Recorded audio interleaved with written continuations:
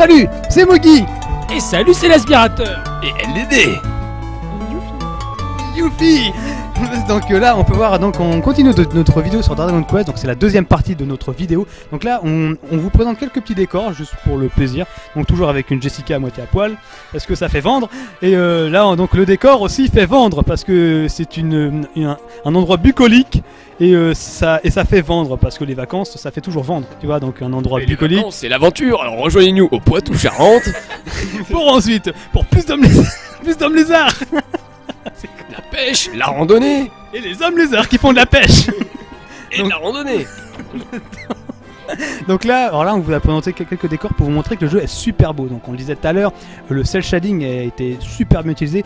Faut dire que Level 5, parce qu'on n'a pas dit tout à l'heure que c'est réalisé par Level 5, qui ont déjà fait Darklood, qui est une merde. Ah oui, alors là, c'est des fanservice chrétiens. Là, c'est dans l'église, le fanservice dans l'église. Non. C'est chelou. Ça, c'est une provocatrice qui se balade à moitié à poil dans l'église. Donc, hey, regardez-moi, je fous la merde. Donc, je disais, Level 5, donc qui sont réalisateurs du jeu, ont déjà fait Darklood, qui est un peu caca. Qui est à chier, et Dark Chronicle qui est bien. Tu l'as fait ? Non, j'ai pas fait, mais je sais qu'objectivement il est bon. Avec Maximilien, c'est ça que tu disais ? Ouais, le héros de Darklood, Dark Chronicle, je vais faire un petit encart vite fait. C'était Maximilien. Et voilà, alors, Bunny Girl, on va en revenir. Mais Darklood était un donjon RPG très sympathique.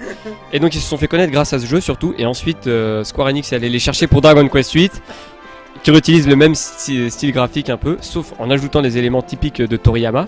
Donc le fanservice Bunny par exemple.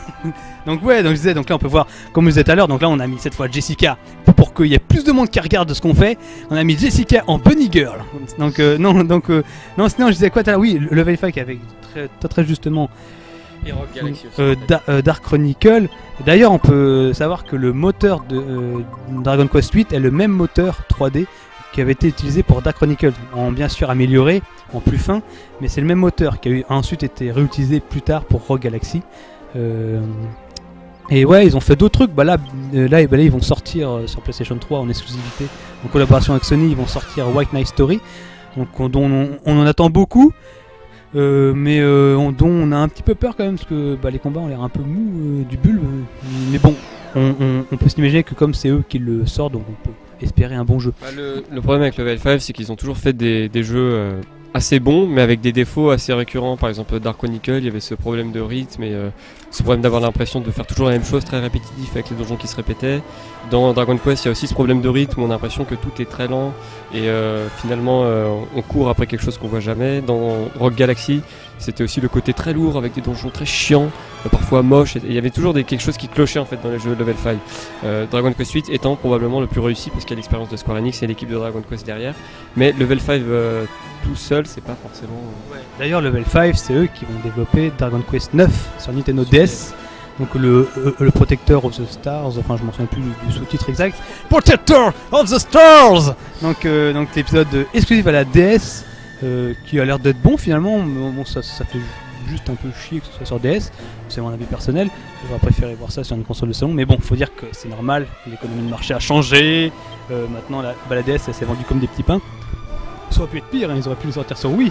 Oh les salauds. Oh là là, c'est une blague de gens de bon goût.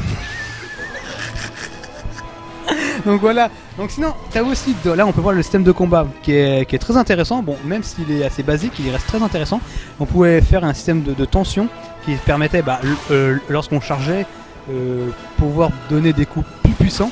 Et tout à l'heure, je vous montrerai que lorsqu'on atteignait le cap des 100, enfin, tu sais, de tension, parce que plus tu utilises la fonction de tension et plus tu augmentes la concentration, c'est-à-dire au début t'es genre à 5 et si jamais tu refais la tension t'es genre à 20 puis à 50 et parfois de manière aléatoire tu pouvais atteindre le niveau 100.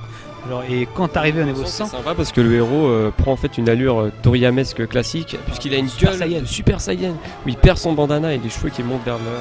Il a l'air vénère. Le Dragon Ball Z, d'ailleurs on le verra après, parce que je crois que je le montre tout à l'heure. Après, d'ailleurs juste après, une fois que pendant le combat sur le bateau, vous allez voir. Donc sinon les combats étaient super sympas, donc t'avais plusieurs capacités, donc bon, pas la peine d'épiloguer trop longtemps, c'était vraiment, t'avais attaque, magie, chaque personnage avait des compétences spécifiques, etc. Mais c'était super sympa.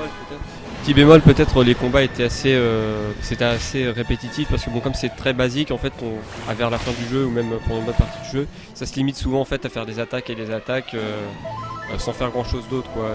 Donc ça peut être un peu chiant. Par contre les combats contre les boss sont sympas et il n'y a pas trop de combats, la fréquence des combats est pas abusive je trouve, donc ça reste très supportable.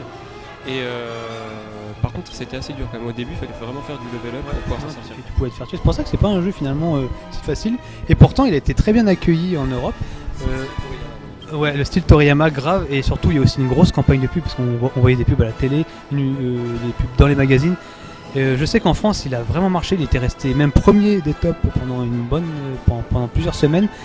Tandis qu'en Angleterre, il était genre 10e ou 15e, je me rappelle plus combien, mais il a beaucoup moins bien marché en Angleterre qu'en France. Alors que les Anglais c'est un peu des bœufs en matière de jeux vidéo, ils sont plus Gears of War que Dragon Quest. Voilà. Chez nous, et ça faisait plaisir finalement, on peut se dire vive la France pour ce côté-là, donc c'est à mon avis. Cocorico, vive la France, Camembert, donc Popouille, donc fer de lance. donc non, si on peut être fier de nous quand même. Le jeu est même en platinum, il était en platinum, il me semble l'avoir vu. C'est-à-dire qu'il a quand même dépassé. Enfin, de manière globale, il s'est vendu bien en Europe parce que Gameplay Platinum c'est pour l'Europe. Donc ça fait plaisir. Parce qu'il le méritait après tout le jeu. Et bon, puis finalement les gens n'ont pas été rebutés par cet aspect que globalement les gens aiment bien. Par exemple Quest 8, même s'il y a 2-3 personnes qui font gna gna. C'est comme pour FF12, parce qu'il y en a qui font gna gna. Donc sinon plus d'hommes lézards. Oui, moi on n'a pas parlé de toutes les features du jeu. Alors il faut essayer à savoir que attends, juste une petite bordel, c'est qu'on pouvait diriger que 4 personnages donc il y avait c'est les 4 même. Jessica, héros. Non, Nenex maintenant. Enfin c'est le nom du héros. Le héros donc qui est muet. Donc là c'est sur ma partie donc il y a Yangus, c'est le gros bourrin pas très subtil mais qui cogne fort et qui est au grand cœur. Et Angelo c'est Trunks. Il y a Angelo, c'est le beau gosse chevalier avec la gueule de Trunks, et Jessica c'est la magicienne sexy au grand cœur et au rousse. Et oui, ce que je voulais dire, c'est alors, les autres features du jeu qu'on n'a pas dit, par exemple, on peut fusionner un peu ces objets. Il y a un système de création d'objets avec l'Alchimarmy, ça s'appelle. Je crois pas qu'on voit dans la vidéo, mais c'était en fait un truc censé être important dans le jeu, qui permettait, en combinant certains éléments et en faisant certaines recettes, de créer des nouveaux objets plus puissants comme des armes, des objets de soins ou des armures. Mais ce système était très lourdingue parce que la plupart des mélanges qu'on faisait donnaient rien et c'était très fastidieux à utiliser, c'était très lent. Il fallait toujours patienter pendant 20 minutes à attendre le résultat de son expérience et tout, et finalement c'était assez chiant. Donc peu de personnes utilisaient cette fonction qui était censée quand même être très importante dans le jeu. Donc ça c'est peut-être T'as aussi un truc important, c'est que t'avais la gestion, parce que le jeu gérait les cycles jour et nuit, c'est-à-dire que plus t'avançais et plus des jours, tu voyais le soleil se coucher, et après il faisait nuit, et la musique changeait, et les ennemis changeaient. Et les ennemis pendant la nuit étaient plus difficiles à vaincre que le jour. Donc il fallait faire bien attention à pas se balader tout seul la nuit, tout nu, parce que tu pouvais t'en prendre plein la gueule. Et donc c'était assez dangereux. Non, si, t'avais vraiment un système sympa, ça je crois. Et c'est surtout le jeu, esthétiquement, il était tellement beau que t'aimais bien te balader, faire quelques petites quêtes annexes, traîner dans les donjons, etc. Donc, qui c'est qui veut dire un truc là-dedans, parce que là-bas... Yes, bon, moi c'est là on peut voir un super système. Moi j'adore en fait moi c'était surtout pour dire j'adore le design des ennemis. Je les trouve vraiment super sympa. Le design des personnages aussi est sympa. Je suis pas un fan de Toriyama, j'aime pas trop ce qu'il fait, mais là les personnages sont jolis en fait. Voilà, c'était surtout pour dire ça. J'étais très heureux de le dire. Je pense que c'est la chose la plus belle que j'ai dit depuis ces 20 dernières années. Pourquoi le héros il parle pas? Le héros ne parle pas parce que en fait, il a eu un traumatisme étant petit et on n'en parlera pas là parce que c'est trop choquant. Comme il va regarder la vidéo. En fait, c'est la tradition dans Dragon Quest et dans la plupart des RPG old school nippons. Je sais pas si on a déjà dit dans une autre vidéo, donc on va le dire maintenant. Il y a beaucoup de RPG nippons où les héros sont muets et on sait pas pourquoi. Et bah si, c'est parce qu'en fait les héros muets, ils ont une absence de personnalité qui permet aux héros, aux joueurs de pas vraiment de s'identifier, mais de se placer à la place du héros et d'imaginer lui-même les réactions que le héros pourrait avoir dans cette situation. En fait, le héros muet, ça permet aux joueurs de se mettre vraiment à la place du héros et de pas avoir un personnage qui pense à sa place. C'est le joueur lui-même qui pense tout. Et voilà, donc le héros il est juste là pour. Il est en fait le prolongement du joueur. C'est pour ça qu'il n'a pas de Le personnage. réceptacle du joueur. C'est une coquille vide qui accueille le joueur et voilà, donc il parle. Donc ça, c'est un truc qu'on peut trouver dans Zelda par exemple. Ouais, dans Zelda, dans Suikoden 5. Là, il parle un peu parce qu'on choisit des lignes de texte. Alors que là, c'est oui, non. En Super Saiyan, voilà le fameux lorsqu'on arrivait genre en tension 100 et il y avait le monstre qui était amoureux effectivement du Super Saiyan parce qu'il y avait les petits cœurs parce que t'avais plusieurs compétences propres à chaque personnage et tu pouvais leur faire changer d'arme au personnage. Par exemple héros pouvait choisir genre entre l'épée boomerang etc et chaque fois que tu attribuais certaines armes, enfin certaines classes d'armes au personnage, tu gagnais des compétences que tu ne peux avoir que avec cette catégorie d'armes. Par exemple avec les boomerangs tu peux avoir que un certain type d'armes de compétences. Avec le boomerang tu pouvais attaquer tous les ennemis en un seul coup mais avec moins de puissance, alors qu'avec l'épée tu tapais plus fort mais un seul ennemi. D'ailleurs, truc et astuce Mogas Pichot, lorsque vous commencez une partie de Dragon Quest 8, vaut mieux essayer de booster le boomerang du héros parce qu'à la fin ça devient une arme ultra puissante. Ouais, parce que la plupart des combats se finissent en fait, on donne un coup de boomerang puissant avec le héros et on finit ce qui reste avec les autres persos. Et en fait c'est ça, alors que si vous tapez à l'épée ça va être très long, il va falloir tuer tous les ennemis un par un et c'est très chiant. Donc vraiment, insistez sur le boomerang.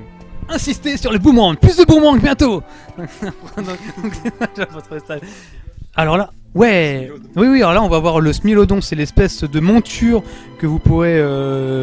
C'est une espèce de tigre que vous pourrez escalader sur le donc vous pouvez chevaucher dans le jeu, qui vous permet de vous déplacer plus vite avec vélocité dans le monde de Dragon Quest 8 et c'est franchement sympa. D'ailleurs aussi il y a une compétence qui est bien sympa, c'est que vous pourrez il y a une magie qui sert en fait à ne plus avoir de combat aléatoire ou plutôt ne plus avoir affaire aux ennemis faibles. Donc une fois que vous êtes à un certain niveau, vous pouvez, si vous voulez ne pas vous faire chier pour revisiter un donjon parce que vous croyez avoir oublié un coffre ou une connerie comme ça. Ah, fan service avec la vache, c'est Jessica sur le Smilodon, c'est image fan service. Donc là il y a du fan service zoophile, c'est un des principes de Dragon Quest 8. Donc voilà. Ok. donc voilà, donc là vous pouvez voir justement, là on a vu la nuit qui tombait en temps réel. Donc ça c'est comme je disais tout à l'heure, là les ennemis on va avoir quelques attaques fan service aussi, pas piquer des hannetons. Moi j'aime bien. Franchement pas piquer un Yuffie aussi. Oui. Parce que souvent il fait non oui ok non je ne suis m'en fous personnellement. Alors là vous pouvez voir des cœurs parce que pour oui, parce que en fait est déconcentré par Jessica qui a atteint un certain niveau de séduction, ce qui fait que les ennemis Wouah, le puf non ça puf. Donc t'avais pas mal de quêtes annexes aussi dans le jeu finalement. Je sais parce que dans le guide officiel il y en a plein en tout cas. Donc moi je les ai pas faites, mais dans le guide je les ai lus. Il y en a plein. J'ai pas fait le jeu, mais j'ai lu tout le guide officiel et ça avait l'air bien. Hein. Non si je sais que j'ai fait pas mal de quêtes annexes sauf celle qui était couille on peut dire. Hein. Ça par contre j'ai pas fait mais genre j'ai fait je sais même plus ce que j'ai fait. Le jeu j'ai fait longtemps. Ouais j'ai fait ça. J'ai fait ouais la reine des monstres. C'est encore une attaque fan service. Le rayon sexy. Donc voilà. C'est marrant parce qu'on en parlait tout à l'heure. Il y a beaucoup de rousses dans les RPG ou les animés nippons. Enfin, bref, c'est la fin de la vidéo. On refera le débat des rousses dans les RPG plus tard.